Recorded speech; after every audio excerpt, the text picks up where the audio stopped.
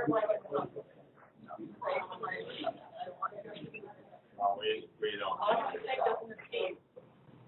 have enough civilization all year. You get them to come when we have.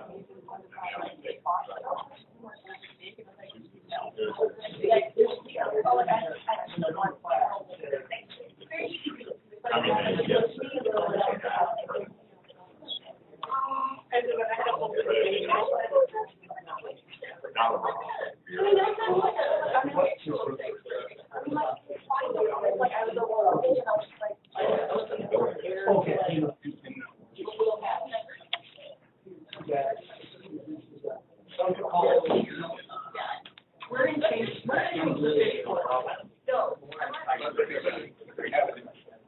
yes.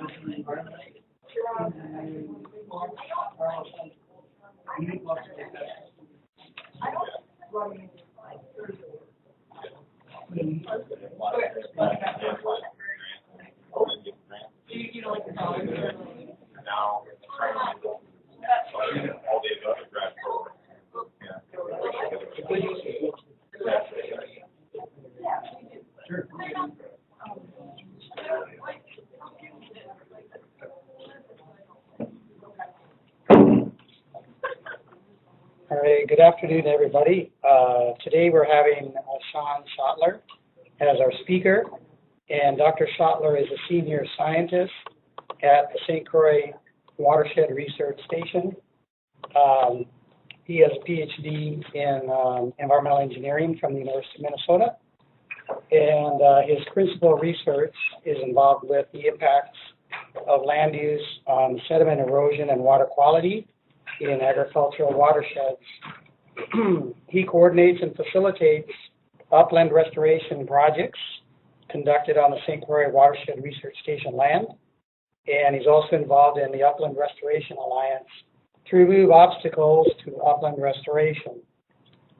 Some of the things he does include local ecotype seed production, native plantings, technical assistance for landowners, restoration techniques, demonstration blocks, and research on restoration engineering. And today he's going to be talking about water quality and habitat trends. And one of the things that I do is send the wrong bio when they ask for it. That's my bio when I give my prairie restoration talks, not my water talks. So a third of my life is working on prairie restoration, and you'll see a hint of that in here as well. But my formal training is in environmental chemistry, but I apologize, I sent the wrong bio. I'm not going to talk about how to do restoration until we get to the beer, and I will talk about that ad nauseum.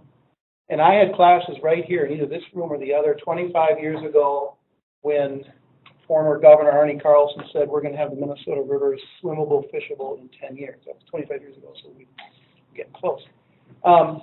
Coming full circle then. And I'm going to actually take you through 20 years of science and research that I've done that lead to a new appreciation of how to look at water quality specifically with regards to thinking about how we're going to manage for it. Under the auspices is how are we going to make it better?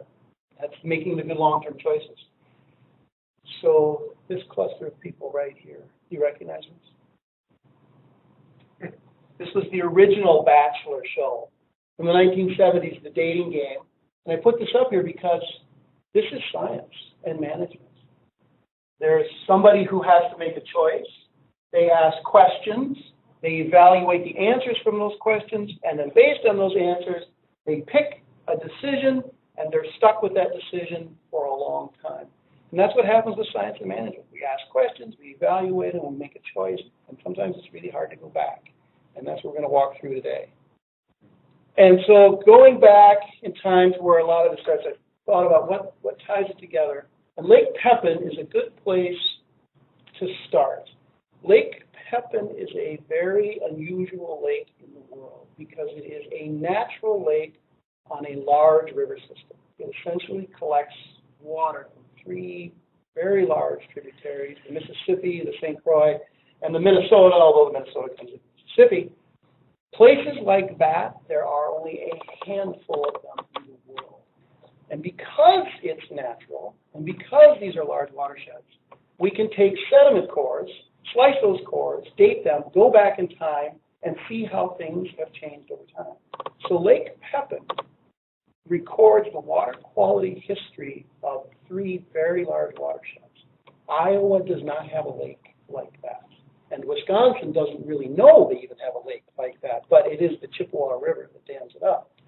So, long and short, this is kind of where it starts. This is the Lake Pepin sediment accumulation record from all those 25 cores that we took. And so that's the sediment that comes into the lake. So it's basically recording the erosion history of those watersheds. And since most of the sediment comes from the Minnesota River, it's principally recording the erosion history of the Minnesota River, which is an agricultural watershed. The St. Croix River contributes very little sediment and is not an agricultural watershed.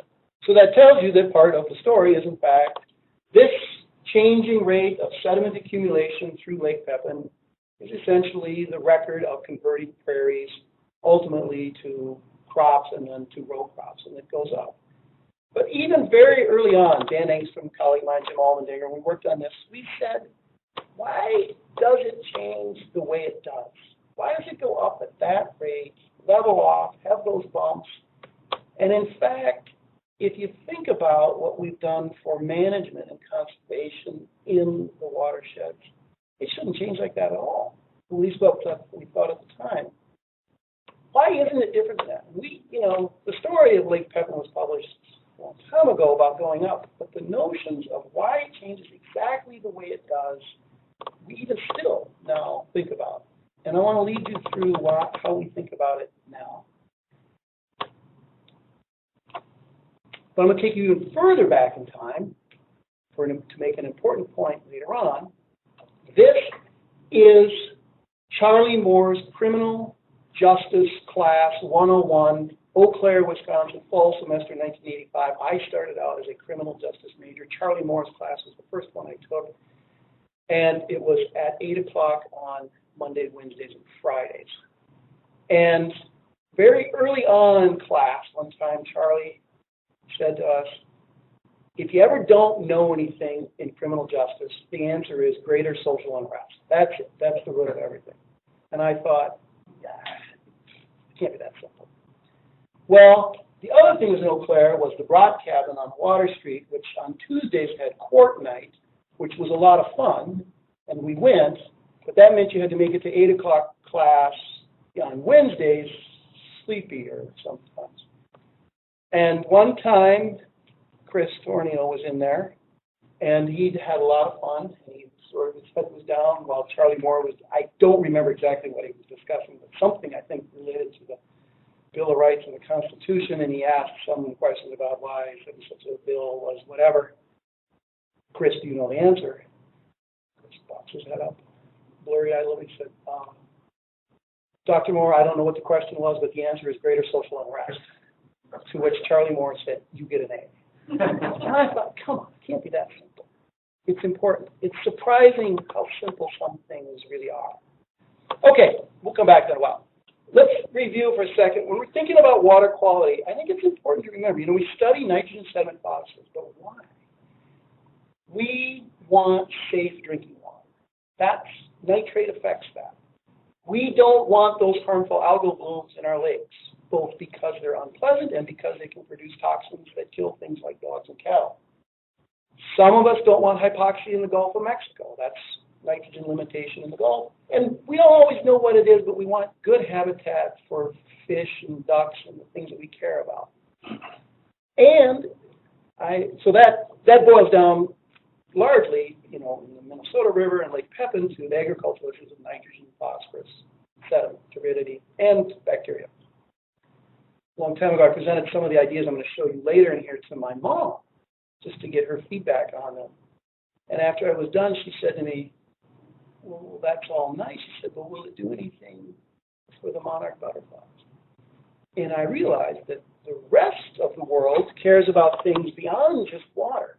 And so when we're charged with managing for natural resources, it matters, and the public, I think, views us as saying, hey, manage natural resources. They don't say do water and do habitat. They want them all together. And they care about things like pollinators and songbirds, pheasants, game birds, ducks, and it's all those things. And there's a common denominator that we'll talk about these in a little bit. And the other thing we want is profitable ag economy.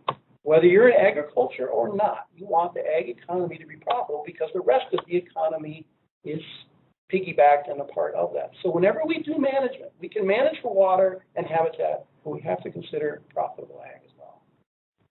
And we have given a very big commitment to conservation, whether it's for habitat or water quality.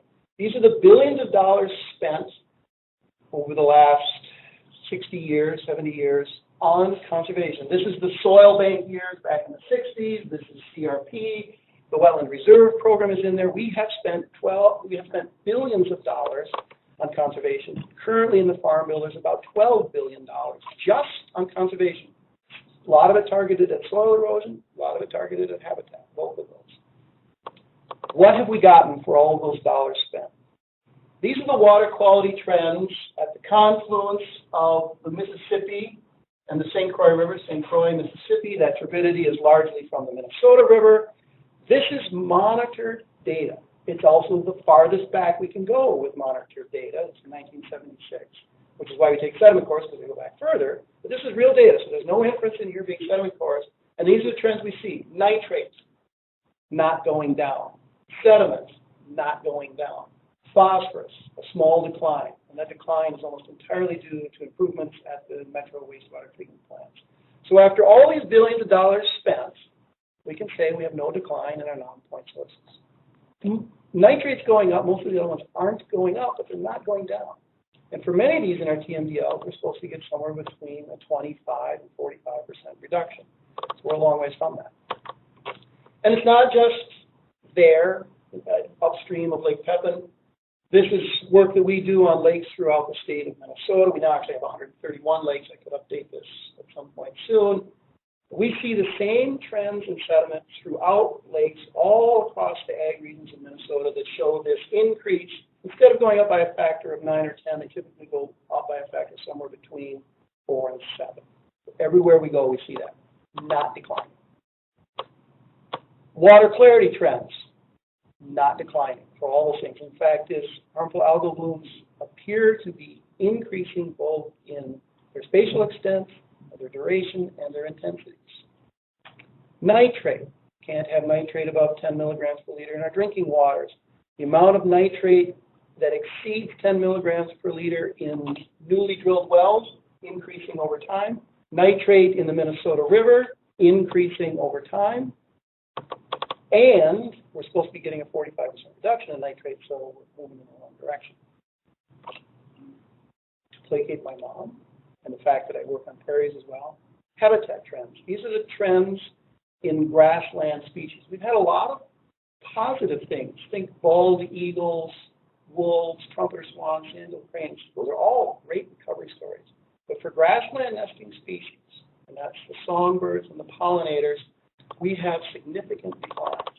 The one that I think probably captures people's attention the most is the monarchs, where, and some of this data was from Karen Overhauler here at the university, over the last 30 years, there's been somewhere between a 70 and 80% decline of monarchs. That's really significant.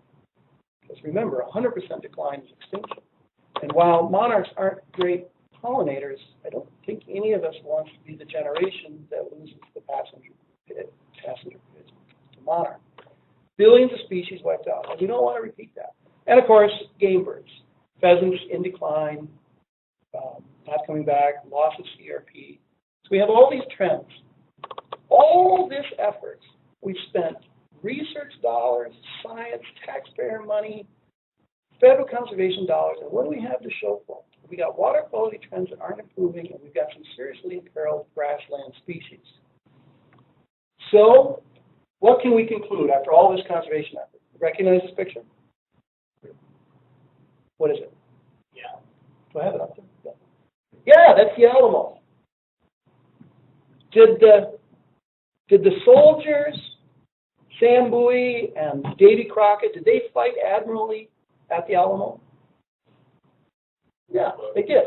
But they did, well, we're led to believe. Might have been one of them had pneumonia and was hiding out. But the rest of them fought admirably. But they lost. Why? Because there was 121 people, fighters at the Alamo, and Santa Anna's army was somewhere between 1,200 and 2,000 men. The same is true. Every one of those was effective, but collectively there simply were not enough of them. And the same is true for our conservation. Our conservation practices work. Grass, waterways, buffer strips, wetlands, those are all good practices. We simply don't have enough of them. The scale of change that we've imposed on the land is so much greater than the scale of change of conservation we've done that we're not making the changes we see. We've probably prevented it from getting worse. And in fact, MPCA knows this.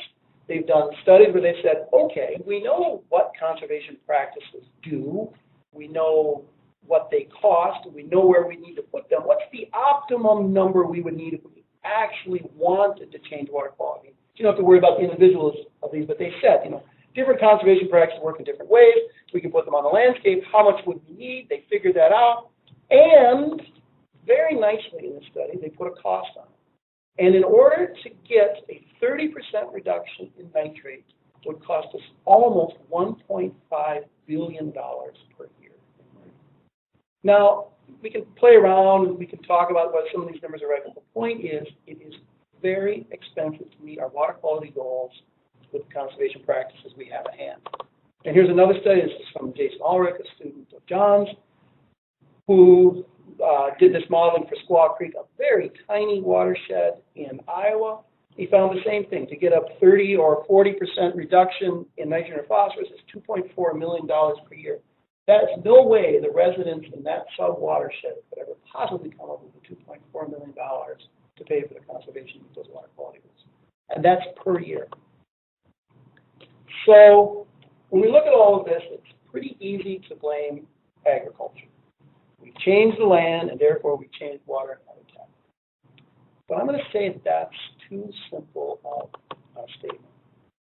This is the Bean Lake watershed in Cottonwood County. I like it because it's very simple. It's a very simple lake. We record it.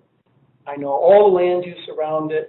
And we see the same trends here. Sediment and phosphorus go up. They don't come down. All of that cropland is now in conservation tillage of one form or another, and most of the surface inlets of tile have been taken out, although they were replaced with pattern tile. So we know a lot about that watershed, and it hasn't changed, or has the water quality has improved.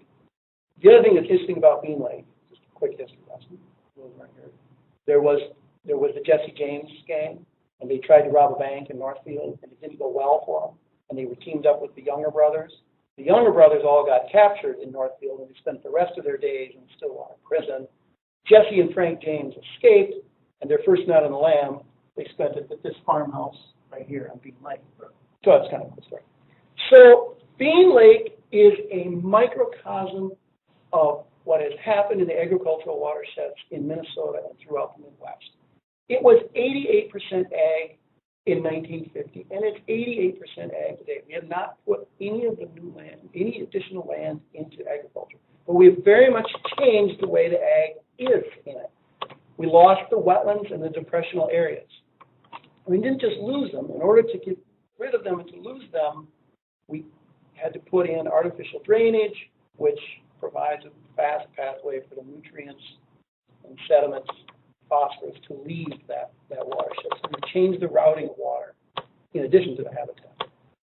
And a big one is change the crop.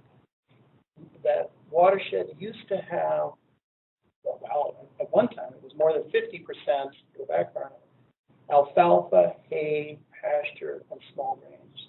And it is almost entirely now in corn and soybeans. That's probably the biggest change that's occurred in that watershed, and that's probably the biggest change that's occurred in all of our watersheds. And it isn't just that, well, so we converted to corn and soybeans. It's that we lost crops that grew in one sort of physiology, replaced them with another, And in particular, ones like corn are high nutrient demanding crops. So we changed what grew there and what those crops wanted. That's the change throughout Minnesota. And it tells us, I think, kind of the punchline to half of the story and what the common denominator is. So those water quality trends and those habitat trends and the story that I told you on Bean Lake are all linked by one thing. We have lost perennials and crop diversity on the landscape. The habitat declines are the loss of perennials and crop diversity. Oats were a good habitat crop, particularly for things like pheasants. And those crops changed water quality, both in what they did and what they didn't do. So in this way, it's good, because I give a lot of talks, as you saw, to habitat groups, and they only care about this side of the equation over here. And the water people care about the water side. This is the nexus where they meet. We should be working together on solutions. There are ways to solve water quality problems without crop diversity or perennials, but you don't get the habitat benefits.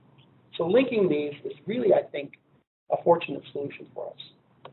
And someday we'll actually talk about how they store carbon as well, but not yet. So if we want to change our water quality habitat trends, we need lots of these. And I put these up here just to remind us what it means to be perennial crops or perennial vegetation. It can be real crops, alfalfa, pasture, switchgrass, hay, what gets known as cover crops. And it's perennial cover, wetlands, prairie, and riparian buffer strips. All of those are some form of perennial vegetation on the landscape. Some are crops, some aren't, but it's this permanent vegetation that we need.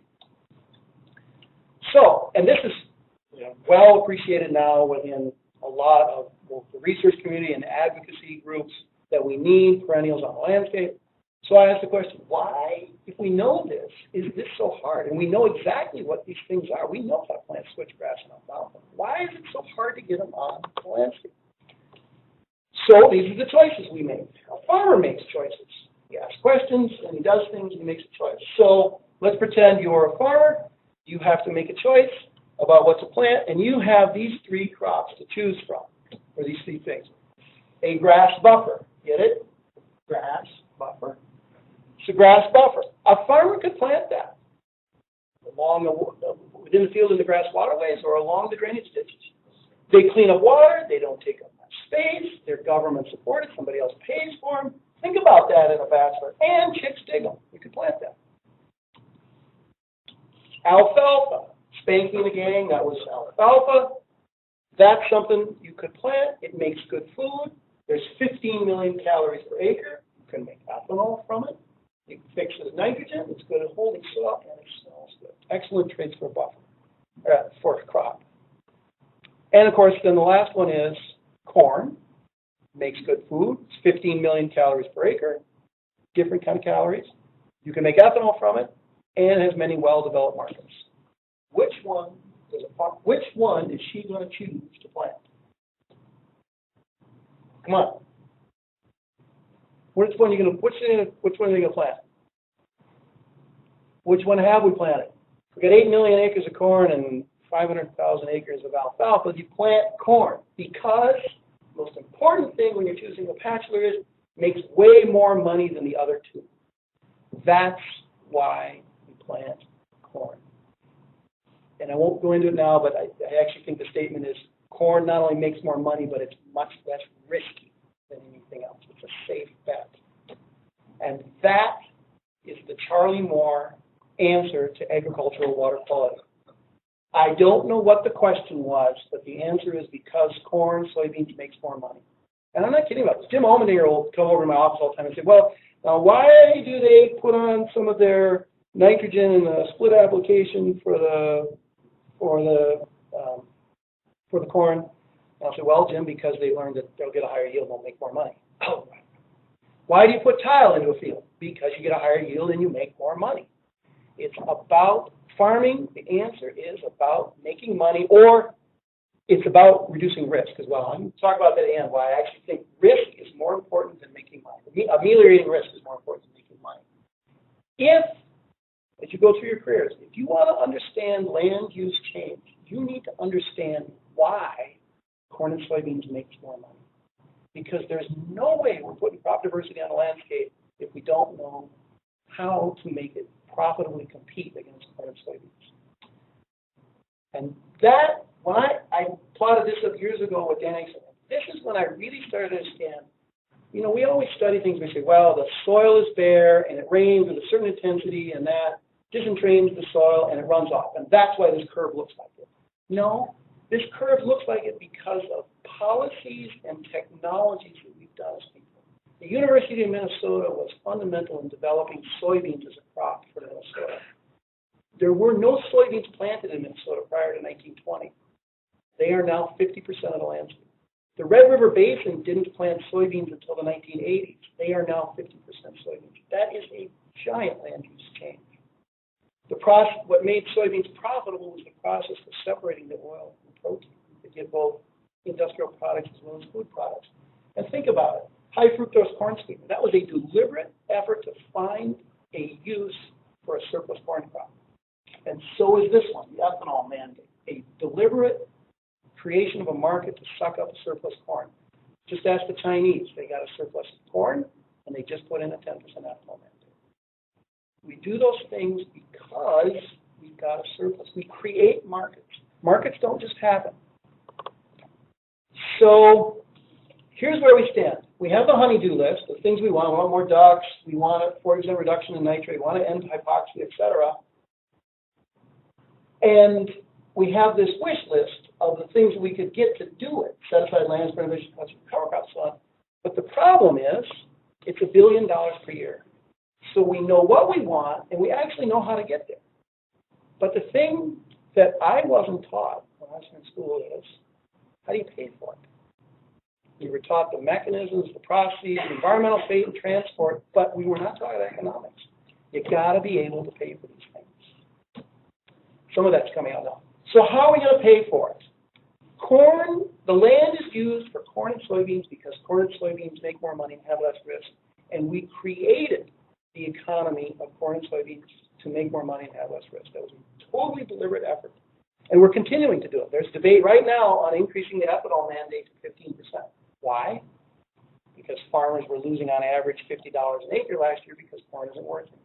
And we can either pay to prop up the ag sector by conservation programs, or we can let the public pay for it by increasing the ethanol mandate. I'm not saying what we should or shouldn't do. I'm just saying those are the kind of debates that go on, and they have a direct effect on water quality and habitat. So, what a number of people are saying now, advocacy groups and scientists, if we made markets for corn and soybeans, why don't we make markets for perennial crops? It's a new way of thinking about water quality. Well, new to me. So let me just give you some examples. I'm not actually saying that any of these are necessarily a good idea, but it's to make the mind think about, rather than saying, how are we going to solve water quality? Well, let's put in some buffer strips. How are we going to solve water quality? Let's increase wetlands because we know they denitrify nitrates. No, let's think about solving water quality by having ethanol as a market for perennial crops. If you get perennial crops in the landscape, we can solve the water quality problem. So the renewable fuels mandate of 2007 said we must consume, at that time it was 13, it's up to now 15 billion gallons of ethanol every year in our gasoline. It didn't say we could manufacture it and send it to somebody else. It said we must consume it in this country. And the renewable fuels mandate said by 2022, we need to have an additional 16 billion gallons of ethanol come from cellulosic sources. This has been changed, and we're not going to meet it, but it is the law that they wrote, and it's still out there. What does it mean, cellulosic ethanol? That means make ethanol out of cellulose, corn stalks, leaves, corn cobs, etc. That's cellulose. You can make ethanol out of that. There's 2 plants in Iowa and 1 in Kansas that are doing it. The downside of that is corn stalks, corn leaves, etc. are not wasted. That's organic matter. It's got nutrients in it for next year. Harvesting too much of the corn stover will create more water quality problems, not less. But we don't have to use corn stover to create cellulosic ethanol. You can use alfalfa. And this is a picture of University of Wisconsin-Madison. They built a stripper that strips the leaves off the stems of the alfalfa, throws the leaves in the hopper, that's where all the protein is, leaves the stems on the ground, which is where all the cellulose is. So you get 2 crops from that.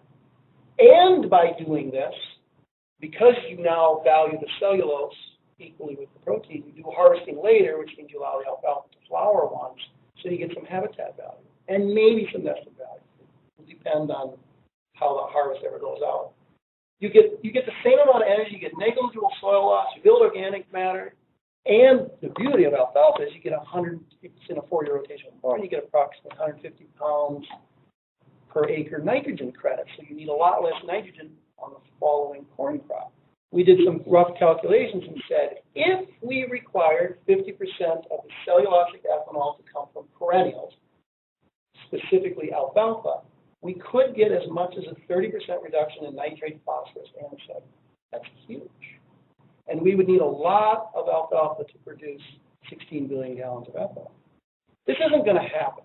The ethanol plants that are in Iowa are not doing well, and they sure as heck aren't going to make it out of alfalfa that costs money as compared to corn stove that's free. Except sometimes science does influence policy. A number of us were presenting this information. It got heard by the legislature. And in 2015, Minnesota legislature passed a law, it's still on the books, that says if you accept the subsidy to build a cellulosic ethanol plant in Minnesota, you must ramp up to using 50% perennials over 7 years. We created a market for perennials right there. Science can influence policy and change a lot, and we did it. I don't think anything's ever going to come of this, but the point is, process can work. So let's think of other processes. What about electricity as a market for perennials, the perennials that will improve water quality and habitat? There's a number of studies, both from Iowa and Kentucky, that show that switchgrass, perennial grass, can be co-fired with coal at 10% of the feedstock with no modification to coal. So you can replace 10% of the coal with switchgrass pellets, and you don't have to modify the coal plant. That's a good deal. You get electricity from it.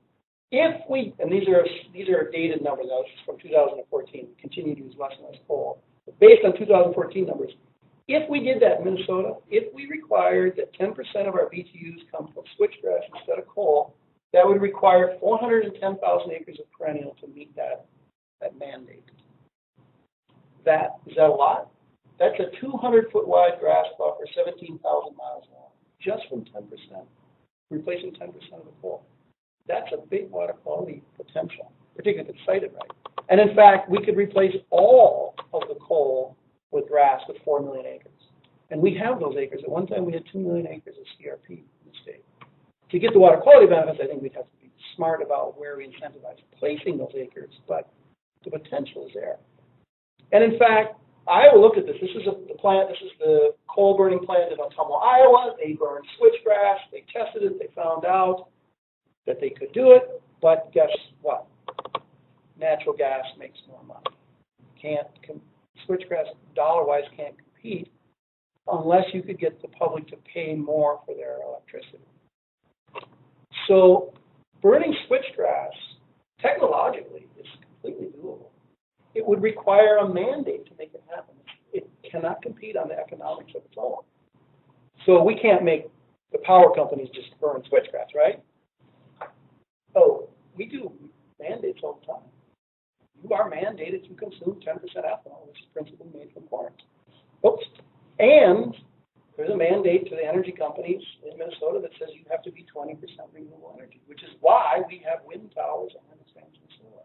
So the notion of doing these is there, but there's a cost. It will cost money. It'll cost somebody. Here's another one. So we did ethanol, which is energy, electricity, which is energy. The other one big one is livestock feed. And I put this up here because people often talk about alternative crops. You got to remember, we don't gain in this equation on improving water quality and habitat unless we replace some of the corn and soybean acres. We got to take some of those out of production and put them into production of something else, which, by the way, will also hopefully make corn and soybeans more profitable. If you're going to do that, you have to think about where we use it. The corn crop is currently used for ethanol and livestock feed. Ethanol is the single biggest one if you split out livestock feed into their different categories. But corn is pretty well split between beef, hogs, dairy, and poultry.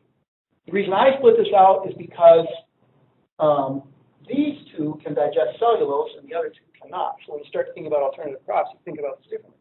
What we don't use the corn crop for is directly for food. It's only 3%.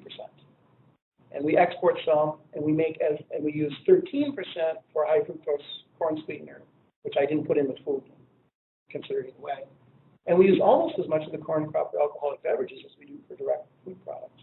So if we're going to replace acres of corn, a sizable amount, we have to tap into these kinds of uses, either energy or feed, particularly with corn.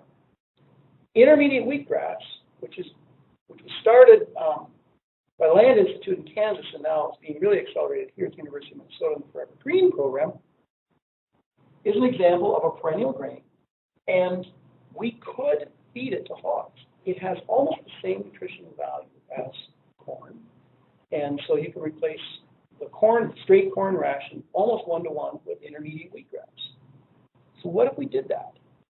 What if somehow we incentivized Hormel, for example, to use pork that had been finished with a 10% feed ration from the perennial grain kernel? So what would happen if we did that? Well, we feed it almost one-to-one.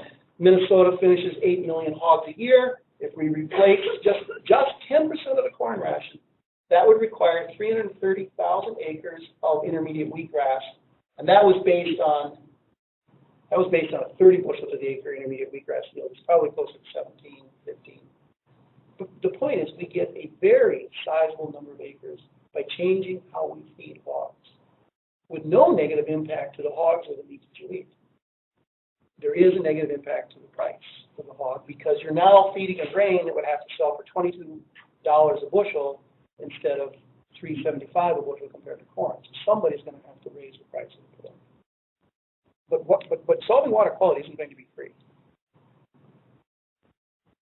So another one, what if, and now I'm moving into a set, so these questions of saying what if are now a project that I have with Jeff Peterson from the Water Resources Center where we've teamed up with Jeff and Lucy and I, and we're going to say, they're going to develop some policy levers, and we're going to say, okay, if we did these policy levers, it's going to create a demand for a certain amount of perennial grain or crop, and then we're going to assess what would the benefits to water and wildlife be. So we'll calculate the water quality and wildlife benefits, and develop a habitat score for this, and work together to say, what would it cost? So we could pass these on and say, these are an example of creating markets, and here's what you get from it. So it's a cost-benefit analysis.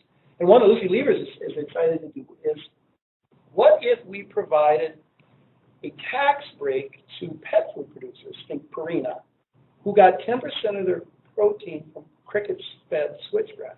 And don't laugh, this one's real. This is made from farmed crickets right here. Crickets are a fantastic source of protein.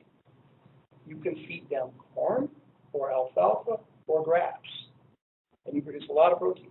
If we shape that market correctly, we might get grass, perennials on the landscape. And I think that this is one that's going to be emerging. You're going to see more and more of, the high energy bars and things that you eat, the protein in those coming from crickets. So we're not going to eat crickets directly, we're going to eat protein. It's going to be a real source. So this is an emerging market that we could shape now and calculate what its water quality benefits are. What if, this is another we're going to evaluate, 10% of our solar electricity came from solar riparian pastures? That means instead of just making a solar farm or just making a pasture, we're going to put the two together. We'll have a lower density of solar panels and put them up high enough that livestock can graze around them. There's a lot of big pluses to this. And by the way, Europe is doing, these are pictures from, I think this is from Denmark. So this is something that they're doing. This has real value, should be attractive to the ag community because, and depending on who's in charge of the electric panels, this produces electricity all the time, which means it produces a stream of income to the owner, presumably the farmer, all the time, which means you can go to the bank and say, I know I have this amount of guaranteed income, and banks like that, and they give you a loan. And the nation is moving away from gas-powered cars to electric-powered cars. We're going to be 40% electric cars by 2030 or 30% electric cars by 2041. I don't remember which it is. We're moving to electric cars, which means where are we going to burn our ethanol in the electric cars? Where are the farmers going to sell their corn when we don't need as much ethanol? We need these. And the cattle guys that I present this to, the other thing they say to me, you can see it in the picture, they like it, they say, oh my gosh, cattle, particularly out as you get further west, they need the shade. Their weight gain increases when they have shade. They'll use it as shade. So there's a plus, and a plus of doing this. If we put them in the right places, we gain a big water quality benefit as well. And we gain a habitat benefit. I don't know if we can shoot the pheasants that are raised around these, but at least we produce them. I think this, of the ones that I presented that have traction in terms of cost effectiveness, this is the one that I think, if we were to do a demonstration project or do research on, I would pick this one. And it's one we're going to evaluate. And there's one last one, which is a little different kind of a market than how we think about markets. Crop insurance as an incentive for perennials. Taxpayer subsidized crop insurance currently does not reward farmers for leaving habitat. I hear a lot of people say, well, why don't farmers do X? Why don't farmers have a wider buffer strip? Why don't they all have grass waterways? Why doesn't everybody do no? And what's the answer? Dr. Moore? Because not doing it makes more money. There is no incentive, and I'm being a little broad brush here, but by and large, there's no incentive financially to do the conservation practices. And there's no incentives in crop insurance to do conservation practices. So a farmer might want to do conservation, but by and large, they have to do it out of their goodwill because it generally doesn't pay. And the interesting thing about crop insurance is that this is your money. The public pays 63% of a farmer's crop insurance. You pay the crop insurance. Crop insurance, by and large, rewards producers for either decreasing risk or increasing yield. Your money pays farmers to do things that sometimes have negative impacts on water. It's our money. We could do crop insurance differently. And I'm going to do a real quick example here. This isn't, I just want to say, this isn't at all how I would do it. This is just to illustrate the point of how we could link crop insurance to conservation. If a farmer says, no, I don't want to be told what to do, I want to farm any way I want to, leave me alone, fine. We'll pay 51% of their crop insurance. Still pay the majority. If they say, yeah, I'll meet some minimum standards, I'll increase the width of my buffer strips, and I'll have some grass and waterways, we'll pay 63% of their crop insurance. If they go above and beyond and say, you know what, I'm willing to do even more than that, we'll pay 75% of the crop insurance. And maybe they do a large wetland restoration in a good spot, we'll pay 100% of the crop insurance. We're linking conservation to crop insurance. We would get an immediate response from the producers because now it has a value. And believe me, they know exactly what crop insurance does and doesn't cover because they're told every year. That's as close as we're going to get to free beer. Of everything they presented, all of them have a cost. The solar plus pasturing one initially has a cost. At some point, I don't know, that might break even or actually be profitable. But right now, the ones that are profitable, it's this one because we currently have $20 billion in crop insurance from taxpayer money. So while it isn't free, it's no new money. So the whole upside of this is we need to make grass profitable. If we're going to solve water quality problems, grass needs to be profitable. And we can't keep doing what we've been doing. Following our current path is expensive. And I was here 20 plus years ago when Governor Arne Carlson said that let's make the river swimmable, fishable in 10 years, and we haven't improved it. And we spent a lot of money. And I present this a lot of places, and they say, yeah, but changing the farm bill is a heavy lift. Creating these markets is a heavy lift. What I would say is it's no harder than the other things we do. Knocking door to door on producers' farmsteads and saying, hey, we'd like you to do these projects, the NRCS and SCW offices do, that's a lot of work. Trying to implement BMPs one project at a time and hoping that they sum to enough to make a difference, that's a lot of work too. And the farm bill is renewed every 5 years, and it's open for change. And people that we vote for, in particular, our state, we have power with Colin Peterson and Klobuchar, we get to make changes. So maybe changing farm policy is actually easier than trying to implement BMPs. I'll just wrap up with it. So the whole point of this is not that any one of these markets is the right answer, but that we need to be thinking differently about water quality. We need a different set of pathways. Rather than just thinking BMPs, we need to be thinking, how are we going to pay for those BMPs? What will actually get them on the landscape? Should we require BTU? Should we raise our electric bills? Should we change crop insurance? what new markets like crickets could emerge and we could use grass for. So hopefully it provided some food for thought and thinking about water quality, habitat markets. Thank you.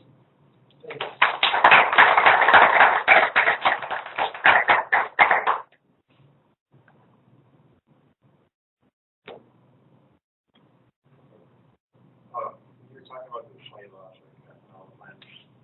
So there's two now I have on one campus, which I read. Do you think the perennial mandate we have here is part of the reason we don't have a plant here? No, not as of right now. When the law was passed, so Great Plains Energy was working on this, and they said, well, if you put that mandate in, nobody's coming there. And that may be true in the future, but the reason nobody's coming here or going anyplace else is it doesn't make it. The cellulosic ethanol just simply is not as profitable for the cost that it's doing. And there's thought that they may remove that part of the mandate all entirely because they're so far from meeting it. And we've already hit the blend wall, which means for cars, we're not supposed to exceed 10% blending of ethanol. Well, if we make 15 gallons of ethanol from corn, then we make 10 from cellulose, where are you going to put it? You can't put it in the gas. But when they passed the renewable fuel standard, what they hadn't counted on was a declining consumption of gasoline, and it just keeps going down. So we'd have to export it, or we'd have to increase the blend mandate to 15%. But as of right now, and nobody sees that on the horizon, it's not going to be profitable. And even when it is, think about it. Corn stover is free. We got 92 million acres of corn stover in this country. We don't have any acres of switchgrass. You'd have to plant the switchgrass and harvest it. How is that ever going to compete against free corn stover unless we mandate it and then that cost is going to get passed on to the consumer? John? You were saying at the beginning that we would need to spend $1.3 billion per year PCA to produce, I guess, nitrate by 30%. That's the nitrate excess from the state. So, is there any estimate on how much it would cost if we would go a different route, like what you've been talking about here? Has anybody done any either back of the envelope calculation, a detailed calculation? Would it be much less than $1.3 billion? I don't know, and so that's what I'll be doing with Jeff Peterson. I'll be calculating those things. If you did this policy and required it, you create these acres, and then, for example, on the switchgrass, they do have the estimates of that because you're now making electricity from something that costs, and I don't know, 5 times what natural gas costs. Okay, so somebody's got to pay for it. I do know on the intermediate wheatgrass, when we calculate that one, if we mandated and said, okay, or incentivized, however, that 10% of the pork ration, the hog ration came from Kernza. And that was if Kernza was, I can't remember if it was 17 or 30 bushels to the acre, and corn was $3.75, it would raise the price of a pork chop from about $3.50 to $4.25. Would people pay that? People no. Paul Helgeson, who was with Golden Plump, and they have the product line Just Fair, or Fairly, which is chicken produced from corn sourced from more sustainable farming. He said that the most they could ever hope to capture from that line of chicken would be 10% of the chicken market. So when you raise the price by that much, the sense is no, you won't get them to buy it. So we might have to find another way. It sounds like there is maybe there's an oversupply in the corn and soybean. So we're creating more demand. Why wouldn't the markets just reduce the supply? That, great. Give him an A. You know why? Because corn and soybeans doesn't work on supply and demand directly, like any other product. It's something that I think a lot of people, often in the urban world, just simply don't appreciate about farming. I remember I had some other slides here on regulations, and it's talking about regulating and making farmers do things. And I said, well, that'll add a cost to farmers. They said, well, the farmers should just pass that on in their business plan like every other person does. I said, how does a farmer pass the cost on? Well, just like every other business. No. A farmer doesn't set the price of what they sell. The Chicago Board of Trade sets the price of what they sell. So when we do things to farming, the industry, it doesn't respond in the same way to supply and demand. And part of that is deliberate. So here's the interesting paradigm for a farm. Right now, we have a huge surplus of corn. The statewide average net income for farmers, producers in Minnesota last year, I think, was minus $50 an acre. Do you know? It was minus. It was sizable. Last year was big. Do you know less? So anyway, so farmers lost money on corn last year, and beans, but they didn't lose as much on beans. And they lost money the year previous. So they wake up in the morning and they say, geez, I lost money on corn and beans. I lost money last year on corn and beans. And let's just say next year they lose money on corn and beans. And the year after that, 4 years in a row, they lose money on corn and beans. What are they going to plant the 5th year? Corn and beans. Why? Because it's the least amount of risk. There's nothing else to plant that you can sell.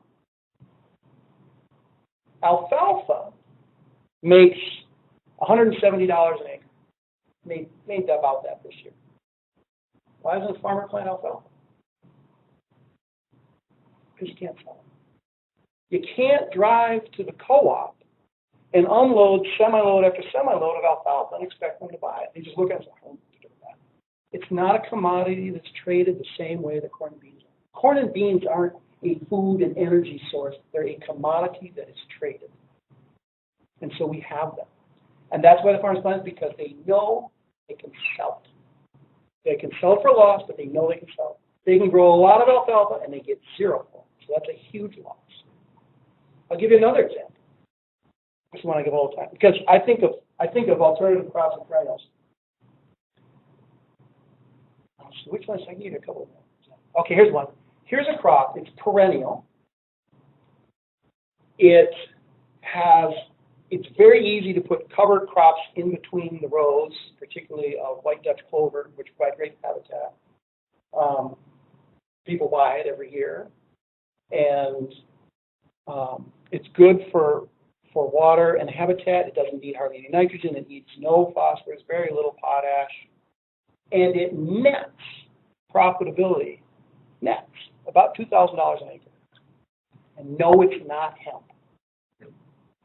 It's Christmas trees. No, because I grow Christmas trees. So why doesn't every farmer plant Christmas trees? Well, duh, that one you get, because you know you can't sell it. The same is true. That's far-end example. And not every farmer can plant Christmas because he knows he can't sell it. We know you can sell corn and soybeans. And here's the last one. This is one I hold out hope for in the future. Here's another crop. Perennial. Produces a crop for at least 20 years. So when they often talk about the Kernza thing, the discussion right now on Kernza is we got to create these markets for it. Get people to buy the Kernza bread. Get people to buy the beer made with Kernza. We got to develop these markets. I'm going to give you a crop. Excellent, well-developed markets. You can make booze out of it. You can make food products out of it. You can make animal food out of it. They're already done, and they're great. You love it. You've eaten it. It produces a crop for 20 years. It is a fantastic pollinator species. In fact, as it is reliant on pollinators. It is perennial vegetation underneath it and has all these well-developed markets. And it produces as much biomass per acre as does corn. That's often the problem with these crops. They just don't produce as much. You know what it is? Apples. Why do we plant apples? Because the harvest cost on apples is somewhere between $1,200 and $5,000 an acre, and the harvest costs on corn are about $300 an acre. No, $120 an acre. But they are now picking apples with robots. This might be an arrow on that Lake Pepin sediment thing is if we can bring down the cost of harvesting apples to be competitive with the cost of harvesting corn, it is a competitive crop. And I don't know what the technology holds, but they're doing it now. I know some of this research is going on, but what about turning some annual crops into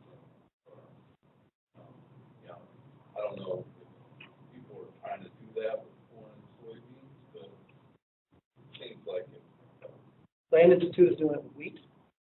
They don't have the kernel size up. So yeah, and the other thing is, I would also say is that and folks not here, but there are a number of annual crops that would have big water quality habitat benefits.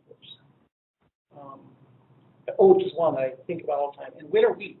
So think about this as a scenario. This would be a cool modeling scenario to do. Winter wheat is planted in fall, gets so tall, and then is harvested in July. And then corn is, of course, not at all tall at the same time, and it gets tall later. So what if we took our buffer strips, we made them 200 feet wide, and we planted winter wheat? So we plant the winter wheat in the fall when the corn is big and it's not eroding and it's using up water. And then the following spring, the winter wheat gets tall and it's using up water that's running off into it while the corn is still getting tall. And then we flip-flop and then we harvest the winter wheat, but the corn is tall. So we might have almost a perennial landscape, even though both of them are annuals, just by the way we place them. I don't know. I mean, it's a modeling exercise, but that's using winter wheat. We still have to find a way to make winter wheat more profitable than it is. Somebody's going to have to mandate or incentivize private tax or something to feed winter wheat to hogs or do something with it. But I think some of those crops have value. And another one is oats. I won't do it, but oats. There's some really interesting habitat value for oats. It can produce a lot of songbirds and game birds. And we know how to use it. It's not profitable. Part of the problem, of course, is what's the investment that goes into making a perennial crop or even changing the use of some of the others.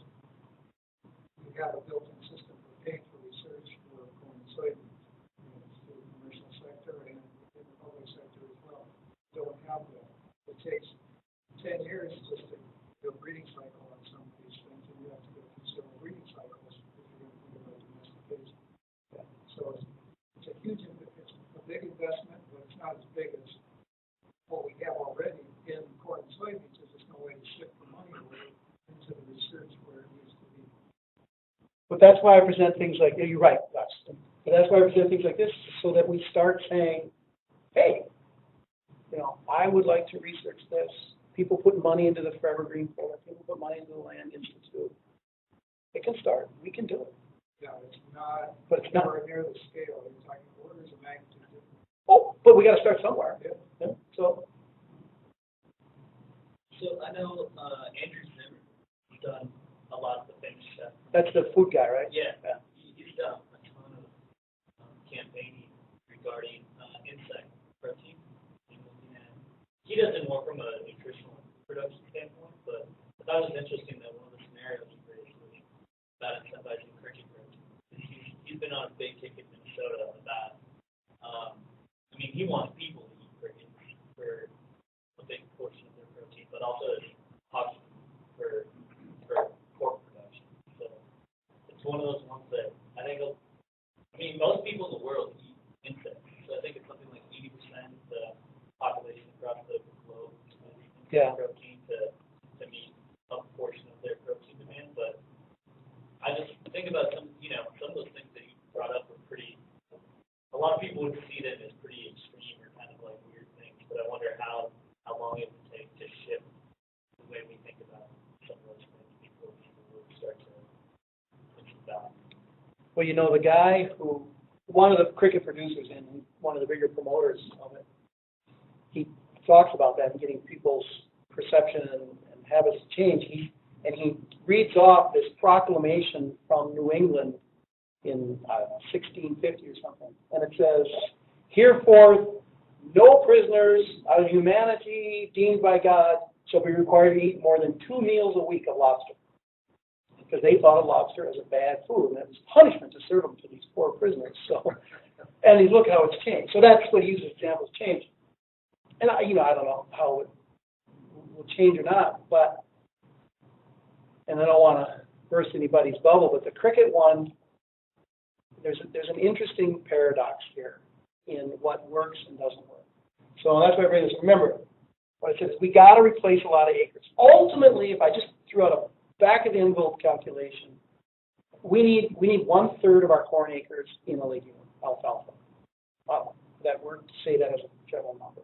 do some water quality fixes. So that's a lot of acres, which is why things like intermediate wheatgrass are a good solution. Intermediate wheatgrass is so inefficient that it requires lots of acres, but that makes it expensive.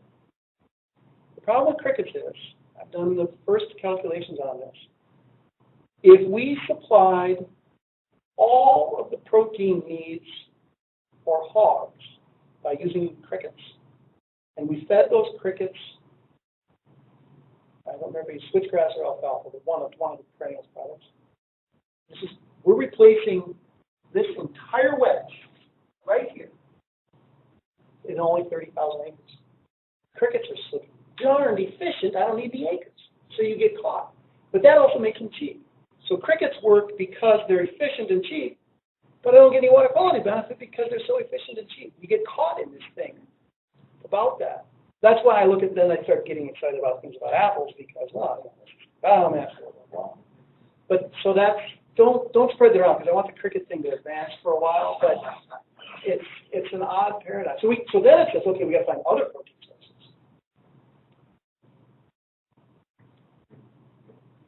All right, let's get thinking of